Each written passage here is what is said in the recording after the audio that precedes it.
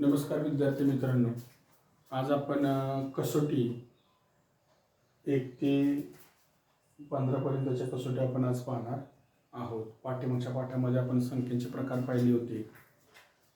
त्यानंतर आज आपण कसोट्या पाहणार आहोत, कारण हे खूप महत्त्वाचं आहे. आणि कसोट्या झाल्यानंतर आपण वजाबाकी, गुणाकार, भागाकार याची शाब्दिक उदाहरणं पाहणार आहोत. तर आज बघा आपण कसोट्या बघत आहोत. त्यामध्ये सगळ्यात पहिली कसोटी ती म्हणजे 2ची कसोटी. 2ची कसोटी काय सांगते? संख्येतील अंकाच्या एकक स्थानी 0, 2, 4, 6, 8 यापैकी एखादा अंक असेल तर त्याला 2 ने निशेष भाग जात असेल तर त्याला 2ची कसोटी म्हणायची. म्हणजे 2ची कसोटीच्या एकक स्थानी फक्त बघायचं, दिलेल्या संख्येच्या एकक स्थानी 0, 2, 4, 6, 8 यापैकी फक्त एकच अंक असावा तर त्याला 2 ने भाग जातो. शिवाय समस्थान किंवा समसंख्या असतील तर त्याला 2 ने निशेष भाग जातो. त्याच्यानंतर 3ची कसोटी आहे बघा. 3ची कसोटी आपल्याला काय सांगते? दिलेल्या संख्येतील अंकांच्या बेरजेला जर 3 ने भाग जात असेल तर त्याला 3ची कसोटी म्हणायची. म्हणजे जी संख्या दिलेली आहे त्या दिलेल्या संख्येतील प्रत्येक अंकाची बेरीज करायची आणि जी बेरीज येईल त्या ती बेरीज जर 3च्या पटीत असेल किंवा त्या बेरजेला जर 3 ने भाग जात असेल तर त्याला 3ची कसोटी म्हणायचं. त्याच्यानंतर 4ची कसोटी. 4ची कसोटी थोडीशी अवघड आहे. एवढी पण अवघड नाही. म्हणजे दिलेल्या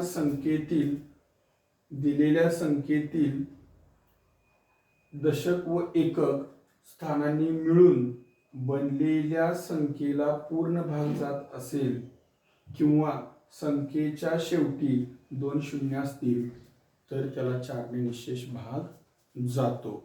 इथं जे पहिलं आपण लिहिले आहे दशक आणि एकक, या कसोटीमध्ये 4ची कसोटी म्हटलं की लक्षात ठेवायचं की दशक आणि एकक हे स्थान खूप महत्वाचं आहे. त्या 2 स्थानांनी मिळून जी संख्या बनणार आहे त्यालाच फक्त काय होणार आहे? 4 ने निशेष भाग जाणार आहे. आणि संख्येच्या शेवटी 2 शून्य असल्यास त्याला काय होणार आहे? 4 ने निशेष भाग जाणार आहे. त्यानंतर आता 5ची कसोटी तर काय सर्वांनाच माहिती आहे, त्यात काय विषयच येत नाही. दिलेल्या संख्येतील अंकाच्या एकक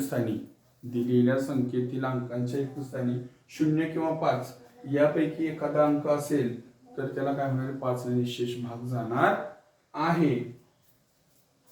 त्याच्यानंतर 6ची कसोटी बघा.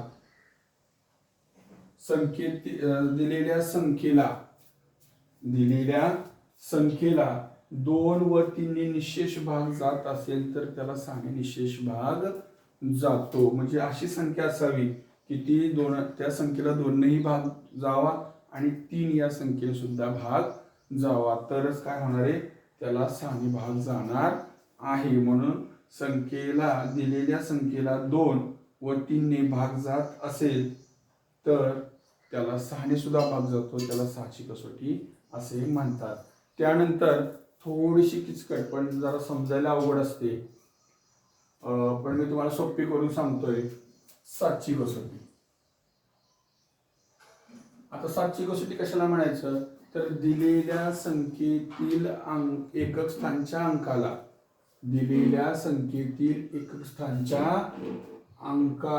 अंकाची दुप्पट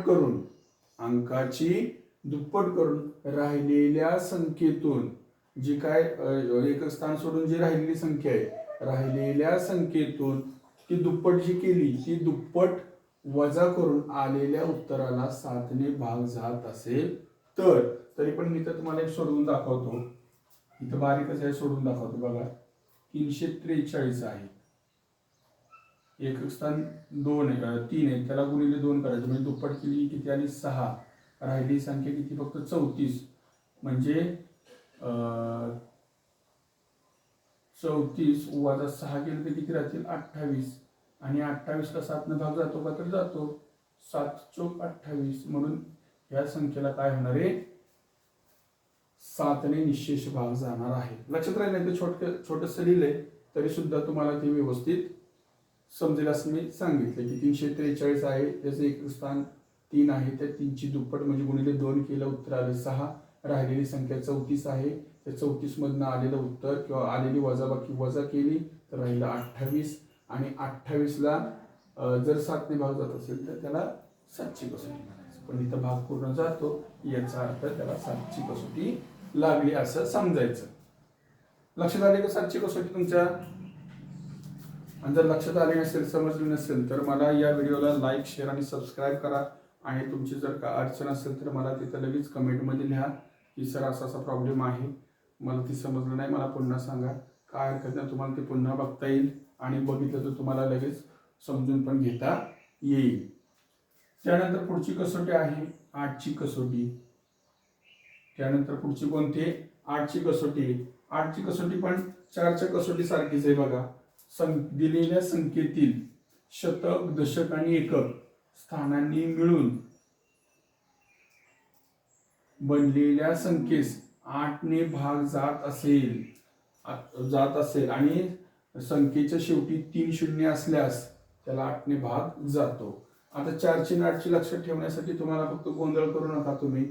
8 मध्ये शतक, दशक आणि एकक आहे आणि 3 शून्य आहेत, म्हणजे 3 स्थानांचा विचार केलेला 8च्या कसोटीत.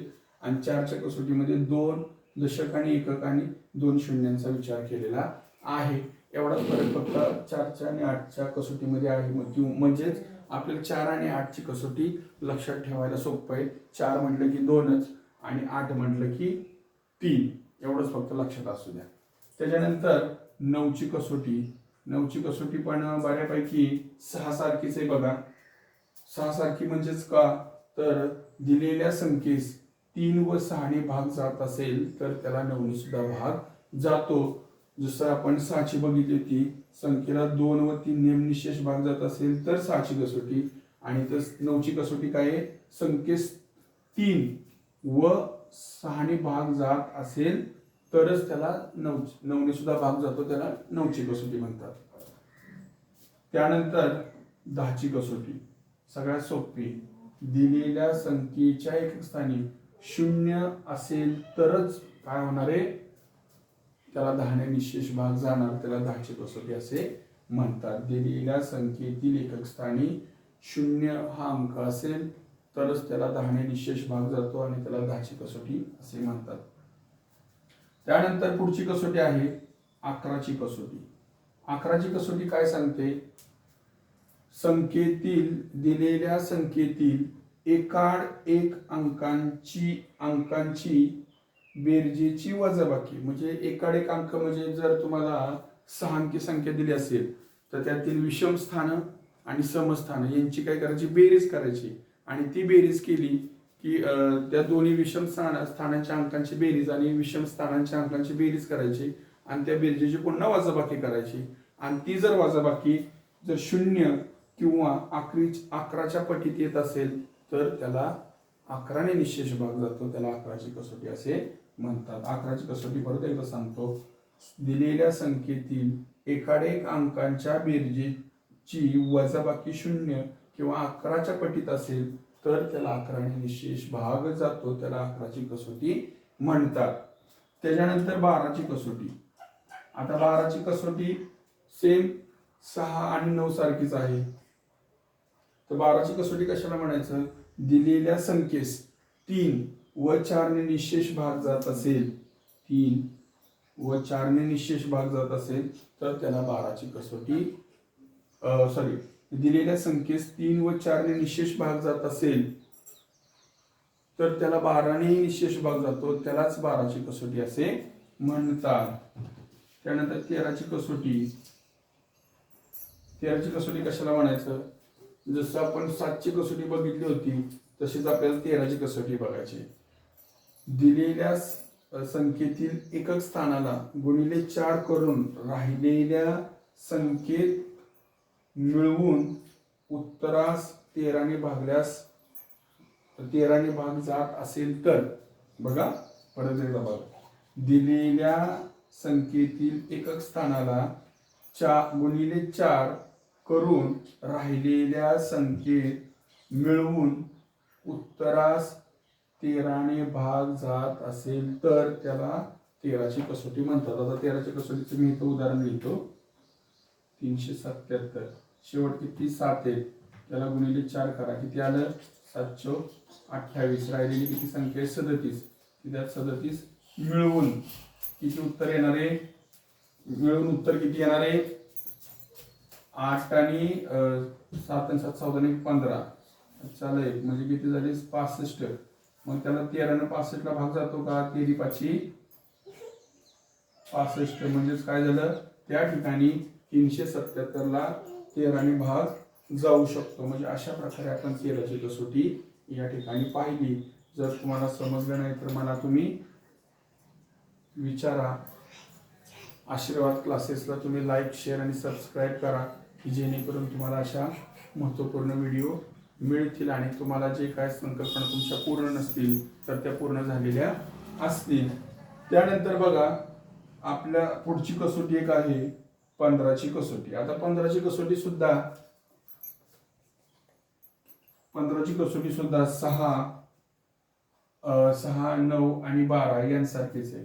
दिलेल्या संख्येस 3 व 5 ने भाग जात असेल, दिलेल्या संख्येस 3 व 5 ने भाग जात असेल तर त्याला 15 ने भाग जातो, त्यालाच काय म्हणतो आपण 15ची कसोटी म्हणतो. त्याच्यानंतर 16ची कसोटी आहे, त्यानंतर 72ची कसोटी आहे. 16 म्हटलं तर किती येणार आहे? 4 न भाग जाणारे असणार आहेत. त्यानंतर 36ची कसोटी काय येणार आहे? 9 चौक 36, म्हणजे ज्या संख्येला 9 आणि 4 ने भाग जात असेल तर त्याला 36ची कसोटी म्हणायची. 72ची कसोटी कशाला म्हणायचं? ज्या संख्येस 8 व 9 ने भाग जात असेल तर त्याला 72 नेही भाग जाणार. अशा प्रकारे आज आपण बऱ्यापैकी जवळजवळ 15 पर्यंतच्या किंवा 16, 32 आणि 72च्या याही कसोट्या पाहिल्या. या महत्त्वपूर्ण कसोट्या असतात. या कसोट्यांचा वापर आपल्याला भागाकार करण्यासाठी खूप गरजेचा असतो. जे की आपल्याला शाब्दिक उदाहरणं देतात आणि त्या शाब्दिक उदाहरणामध्ये भागाकार करायचा असतो आणि तो भागाकार करत असताना उभा भागाकार करण्याच्या आपल्याला आडवा भागाकार करायचा असतो आणि तो भागाकार आपला जलद गतीने व्हावा म्हणून कसोट्या पाठ असणं खूप गरजेचं आहे. विद्यार्थी मित्रांनो, तुम्हाला असेच महत्त्वपूर्ण व्हिडिओ मिळण्यासाठी तुम्ही या व्हिडिओला लाईक, शेअर आणि सबस्क्राईब करा. आपल्या चॅनलचं नाव लक्षात असू द्या सर्वांच्या, आशीर्वाद क्लासेस आहे.